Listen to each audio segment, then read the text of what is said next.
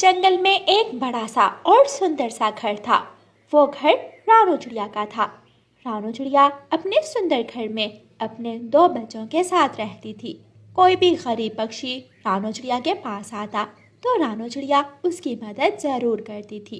रानू चिड़िया, मैं बहुत उम्मीद लेकर आपके पास आया हूँ। मेरी बहन की शादी है और मेरे पास उसे देने के लिए कुछ भी नहीं है। मेरी मदद करें ताकि मैं अपनी बहन की शादी कर सकूं। कबूतर भैया, आप चिंता ना करें, आप आराम से घर जाएं। आपकी बहन की शादी का सारा इंतज़ाम मैं कर लूँगी। कबूतर चिड़िया को दुआएं देता हुआ वहाँ से चला जाता है। मम्मा चिड़िया घर जाती है और अपने बेटे कुकू से कहती है, कुकू बेटा जाओ और गौरी कवि को बुला कर लाओ। उसे कहना कि मम्मा बुला रही है। कुकू गौरी कवि के घर जाता है। आंटी गौरी, आपको मेरी मम्मा बुला रही है। अच्छा, मैं अभी आती हूँ। कालू, मैं रानू चिड़िया की बात सुनने जा रही हूँ। मेरे मोटरसाइकिल की बात भी जरूर करना। अच्छा ठीक है, मैं करूँगी बात रानू चिड़िया से। गौरी कवि कुकू के साथ ही चली जाती है। गौरी, कबूतर अभी थोड़ी देर पहले मेरे पास आया था। उसकी बहन की शादी है, उसे मेरी मदद की ज़रूरत है। आपको तो पता है मुझे बहुत से काम होते हैं। मुझे बुलबुल के घर को ठीक करवाने भी जाना है। तोते की माँ आ रही है, उसके घर भी जाना है। आप ऐसा करो, ये कुछ पैसे लो और कबूतर की बहन को साथ लेकर उसे शादी की चीज़ें ले दो। रानू चिड़िया, आप चिंता ना करो, मैं कबूतर की बहन को अच्छी तरह शॉपिंग करवा दूंगी। रानू चिड़िया, वो तुम्हारे भाई कालू का पैगाम है। हाँ, मुझे याद है, कालू ने मोटरसाइकिल लेना है। अच्छा ठीक है, कालू से कहना कल आकर मुझसे पैसे ले जाए मोटरसाइकिल के लिए। चिड़िया, इसीलिए ऊपर वाला आपको और देता है। आप हम जैसे कितने ही गरीब पक्षियों के सर पर हाथ जो रखती हो। गौरी कवि रानू चिड़िया से पैसे लेकर जाती है। गौरी गौरी, तुम ऐसा करो, इन पैसों में से आधे पैसे तुम रख लो और कबूतर की बहन को सारी 2 नंबर चीजें ले दो। कालू जी, सोच तो मैं भी यही रही हूँ, लेकिन अगर चिड़िया को पता चल गया तो बहुत बुरा होगा। कौन बताएगा चिड़िया को? गौरी कवि ऐसा ही करती है। वो कबूतर की बहन को अपने साथ लेकर बाजार जाती है। गौरी, मुझे वो वाला लहंगा पसंद है। ना, वो लहंगा बहुत घटिया है और महंगा भी बहुत है। तुम ये सफ़ेद वाला ले लो। लेकिन मुझे तो वही पसंद है। तेरा भाई चिड़िया से मदद लेकर तुम्हारी शादी कर रहा है और तू लहंगे पसंद कर रही है। जो मिलता है उसे लो, वरना चिड़िया से बोलूंगी कि तुझे कुछ भी ना लेकर दे। फिर कबूतर की बहन वही गौरी की पसंद का सफ़ेद लहंगा ले लेती है। ये कांच की चूड़ियाँ तुम्हारे पंखों पर बहुत अच्छी लगेंगी। लेकिन मैंने तो मेटल की चूड़ियाँ लेनी है। मेरी बात भूल गई हो? मैंने कहा चिड़िया ने मुझे इतने पैसे नहीं दिए कि मैं तेरी फरमाइशें पूरी करूं। जो मिल रहा है वो लो, अगर ज्यादा बातें की तो इससे भी जाओगी। 2 नंबर लहंगा, कांच की चूड़ियाँ, सस्ते वाला जूता। गौरी कबूतर की बहन को आधे पैसों में शॉपिंग करवाती है और आधे पैसे खुद बचा लेती है। दूसरे दिन कालू कौवा रानू चिड़िया के पास जाता है और रानू चिड़िया से कहता है, चिड़िया चिड़िया, मुझे गौरी ने कहा था कि आपने बुलाया है मुझे। हाँ, मैंने मोटरसाइकिल वाले को बोल दिया है। वहाँ जाओ और अपनी पसंद का मोटरसाइकिल ले लो। चिड़िया की जय हो, रानू चिड़िया की जय हो। हमारे जंगल की रानू चिड़िया सबसे दयालु चिड़िया है, सबसे अच्छी चिड़िया है। कालू कौवा ऐसे कहते हुए वहाँ से चला जाता है। कालू कौवा अपनी पसंद से मोटरसाइकिल लेता है और मज़े करता हुआ अपने घर वापस चलता है। कबूतर की बहन की शादी आने वाली है, मैं एक बार जाकर सारी चीज़ें देख लेती हूँ। रानू चिड़िया कबूतर के घर जाती है। ये कैसा लहंगा है? ना इस पर कढ़ाई ना काम हुआ है। इतना सादा लहंगा, इसमें दुल्हन बनी आप अच्छी नहीं लगोगी। मैं तो डर रही थी कि आप गुस्सा होंगी, मैंने इसलिए आपको नहीं बताया। गौरी कवि ने मुझे हर चीज़ 2 नंबर लेकर दी है। देखें, उसने मुझे जूते भी बहुत हल्के वाले लेकर दिए हैं और चूड़ियाँ कांच की। उस गौरी की बच्ची ने इतने सारे पैसों से तुम्हें ये शॉपिंग करवाई? मैं अभी उसे पूछती हूँ। रानू चिड़िया गौरी कवि को अपने घर बुलाती है। कबूतर की बहन भी चिड़िया के घर वो सारी चीज़ें ले आती है। गौरी, ये चीज़ें तुमसे किसने कहा था कबूतर की बहन को लेकर देने को? ये सब तो बहुत हल्का माल है। चिड़िया चिड़िया, मैंने सोचा थोड़ी बचत हो जाए। तो बचत के पैसे कहाँ हैं? लाओ मुझे दो। वो तो घर में पड़े हैं। मुझे धोखा देती हो? चलो जल्दी से वो पैसे लेकर आओ। गौरी कव्वी घर जाती है। कालू के बच्चे, तेरी बातों में आकर मैंने कबूतर की बहन को 2 नंबर चीजें ले दी और अब मैं पकड़ी गई हूँ। रानू चिड़िया को सब पता चल गया है। क्या? अब क्या होगा? देखो अब क्या होता है। गौरी बाकी के पैसे लेकर चिड़िया के पास जाती है। बहन ये लो ये पैसे, और बाकी के मैं आपको और देती हूँ। और गौरी, तुम्हारी सज़ा ये है कि कबूतर की बहन की शादी पर तुम ये लहंगा, यही जूते और यही कांच की चूड़ियाँ पहनोगी। क्या? लेकिन चिड़िया, ये सब तो बहुत सस्ता है। तुमने ही पसंद की थी ये चीज़ें, अब ये तुम ही रखोगी। लेकिन ये मशवरा कालू का था, मेरे पति कालू कव्वे का था। ठीक है, उससे भी उसका मोटरसाइकिल वापस लेते हैं। रानू चिड़िया कालू कव्वे से मोटरसाइकिल लेकर तोते को दे देती है और कालू कौवा बैठा रोता रहता है। कबूतर की बहन अपने लिए फिर से चीज़ें लेती है, लेकिन इस बार वो हर चीज़ अपनी पसंद से लेती है। गौरी कव्वी कालू कव्वे से लड़ाई कर रही थी। कालू के बच्चे, अपना मोटरसाइकिल तो गंवाया, मुझे भी मरवा दिया। ये चीजें अब मैं किस मुंह से कबूतर की बहन की शादी पर पहनूंगी? इसी काले मुंह से। गौरी को गुस्सा आ जाता है और वो झाड़ू उठाकर कालू कव्वे की खूब पिटाई करती है। प्यारे दोस्तों, इस कहानी को लाइक, अपने दोस्तों के साथ शेयर और चैनल को सब्सक्राइब करना बिल्कुल मत भूलना। आपका धन्यवाद। यात्री पक्षी रात के कव्वे के दरवाजे पर दस्तक देता है। आ गया फिर कोई भिखारी। कालू भगाओ उसे, पहले ही मुझे बहुत मुश्किल से नींद आई थी। आ जाते हैं, कहाँ से? दस्तक फिर से होती है। कालू कौवा बुड़बुड़ाता हुआ दरवाजा खोलता है। जी बताएं, क्या काम है?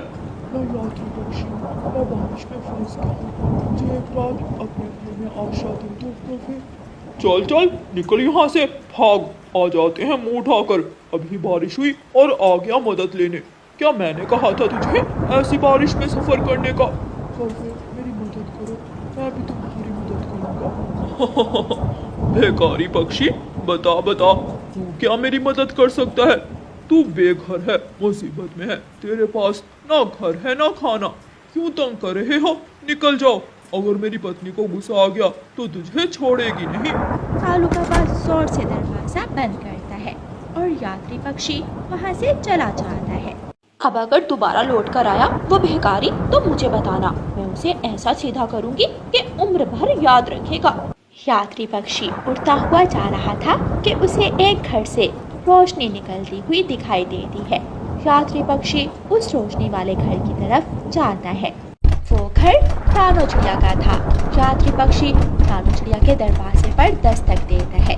रानू चिड़िया दरवाजा खोलती है। आप तो बारिश में पूरी तरह भीग चुके हैं, आप कहाँ से आए हैं? मैं जंगल घूमता हूँ, मेरा घर नहीं है। अगर बारिश आ जाए तो आश्रय मिल जाता है। क्या आप मुझे अपने घर में आश्रय देंगी? यात्री पक्षी आप अंदर आ जाओ। यात्री पक्षी घर के अंदर चला जाता है। अचानक दिया बुझ जाता है। मम्मा दिया बुझ गया, शायद दरवाजे से तेज हवा आई होगी। यात्री पक्षी अपने थैले से एक लाल रंग का सेब निकालकर रखता है। उस सेब की रोशनी से पूरा घर रोशन हो जाता है। यात्री पक्षी, ये तो कमाल हो गया, मेरे घर का अंधेरा दूर हो गया। मम्मा बाल्टी भर गई है, इसे बाहर गिरा दें। अब घर में और कोई बर्तन भी नहीं बचा। आप ही बताएं, अब बारिश का पानी कैसे घर से बाहर निकालेंगे? रानू चिड़िया के घर की छत जगह जगह से टपक रही थी। माफ़ करना यात्री पक्षी, मैं गरीब चिड़िया आपको सूखा गर्म बिस्तर भी नहीं दे सकती। वो क्या है ना, जब से बारिश शुरू हुई है घर की छत टपक रही है, सब कुछ भीग गया है। चिड़िया रानी, चिंता करने की कोई ज़रूरत नहीं है। आज की रात तुम इसी घर में गुजारो, सुबह होगी तो फिर देखना, मैं आपको ऐसा घर दूंगा जो जंगल में सबसे अलग होगा, सबसे सुंदर। बहुत मुश्किल से लंबी बारिश वाली रात गुजर जाती है और वो यात्री पक्षी जाने की तैयारी करता है। चिड़िया रानी, ये सेब आपको रोशनी भी देगा और आपकी हर इच्छा पूरी करेगा। जो मांगोगी वो देगा। ये चमकता हुआ रोशन सेब आप रख लो। मैं बहुत भाग्यशाली हूँ जो आपने मेरे घर में रात गुजारी और मुझे ये जादुई चमकता हुआ रोशन सेब दिया। वो यात्री पक्षी चला जाता है। मम्मा, क्या ये सेब हमें नया घर भी दे सकता है? यात्री पक्षी ने कहा था कि जो मांगोगे मिलेगा। ऐसा कहते हुए रानू चिड़िया उस चमकते हुए रोशन सेब से कहती है, ऐ चमकते हुए रोशन सेब, मुझे और मेरी बेटी को सुरक्षित और मजबूत घर दे दे। एक पल के लिए अंधेरा छा जाता है और फिर उस सेब से तेज रोशनी निकलती है। तेज रोशनी के साथ ही रानू चिड़िया का घर एक बड़े सेब के घर में बदल जाता है। दोनों माँ बेटी बहुत खुश होती हैं। मम्मा, ये सेब का नया घर तो कहीं से भी नहीं टपक रहा। ये बहुत सुरक्षित है और सुंदर भी। कौवा और कवि बारिश में घूमने निकलते हैं। कालू जी, वो नया सेब का घर किस पक्षी का है? चलो हम जाकर देखते हैं। शायद इस जंगल में कोई नया पक्षी आया है। कौवा और कवि वहाँ जाते हैं। कौन है इस सेब के खूबसूरत घर में? कौन है? रानू चिड़िया खिड़की से बोलती है, ये घर मेरा है। ये घर मुझे आज रात एक यात्री पक्षी की वजह से मिला है। वही पक्षी गौरी जो हमारे पास आया था। कालू जी, अगर हम उस पक्षी को अपने घर में राख रख लेते तो वो पक्षी हमें भी ऐसा घर दे सकता था। मैं ढूंढ लाऊंगा उस यात्री पक्षी को। वो जहाँ भी होगा मैं उसकी खोज करूंगा। कौवा और कवि वहाँ से चले जाते हैं। गौरी, तुम घर जाओ और मैं ढूंढ कर लाता हूँ उस यात्री पक्षी को। कौवा उड़ता है और बारिश में भीगता हुआ दूर निकल जाता है। वो यात्री पक्षी एक सूखे पेड़ के नीचे बैठा हुआ था। मिल गया, मुझे वो यात्री पक्षी मिल गया। कौवा उस यात्री पक्षी के पास जाता है और उससे कहता है, यात्री पक्षी, मैं वही कौवा हूँ जिसके पास तुम रात को गए थे। हाँ, मुझे पता है तुम वही कौवे हो जो मुसीबत में दूसरों की मदद नहीं करते हो। तुम बुरे कौवे हो। माँ कसम, मैं ऐसा कौवा नहीं हूँ। मुझे एक बार आकर आजमा कर तो देखो। वो तो रात नींद में मैं न जाने क्या क्या बोल गया। मुझे एक बार सेवा का मौका तो दें। ठीक है, ये हीरा बहुत कीमती हीरा है। इसे बूढ़ी कौवी को दे आओ, उसे इसकी ज़रूरत है। जाओ, फिर मैं मानूंगा कि तुम अच्छे और सच्चे कौवे हो। इतना कीमती हीरा देखकर कालू कौवे के दिल में लालच आ जाता है। कालू कौवा वो कीमती चमकता हुआ हीरा लेकर वहाँ से चला जाता है। कालू कौवा बूढ़ी कौवी के घर जाने की बजाय अपने घर चला जाता है और गोरी कौवी से कहता है, गोरी, मैं उस यात्री पक्षी को उल्लू बनाकर उससे कीमती हीरा ले आया हूँ। मुझे पता था मेरा कालू कोई रानू चिड़िया से कम नहीं है। चल कालू, अब इस हीरे को सुनार की दुकान पर बेच आते हैं। ना, अभी बाहर बारिश है। बारिश रुकेगी तो फिर जाएंगे। नहीं कालू जी, तुम घर में आराम करो। मैं ये हीरा अभी बेच कर आती हूँ। मुझे अब और इंतजार नहीं हो रहा। अगर जाना ही है तो इस कीमती हीरे को थैली में डाल कर ले जाओ। ऐसा ना हो कि कोई तुमसे ये कीमती हीरा छीन ले। गोरी कौवी कीमती हीरा थैली में डालती है और अपने घर से निकलती है। गोरी कौवी बारिश में भीगती हुई सुनार की दुकान पर जाती है। भाई सुनार जी, मेरे पास एक बहुत ही कीमती हीरा है। मैं वो हीरा बेचने आई हूँ। पहले मुझे वो कीमती हीरा दिखाओ, देखकर ही मैं बताऊंगा कि वो असली है या नकली। गोरी कौवी थैली को उल्टा करती है तो थैली में से गोबर निकलता है। सुनार ये देखकर हंसने लग जाता है। ये कीमती हीरा है, इसे अपने घर ले जाओ और घर में सजा लो, अच्छा लगेगा। गोरी कौवी हैरान होकर गोबर को देख रही थी।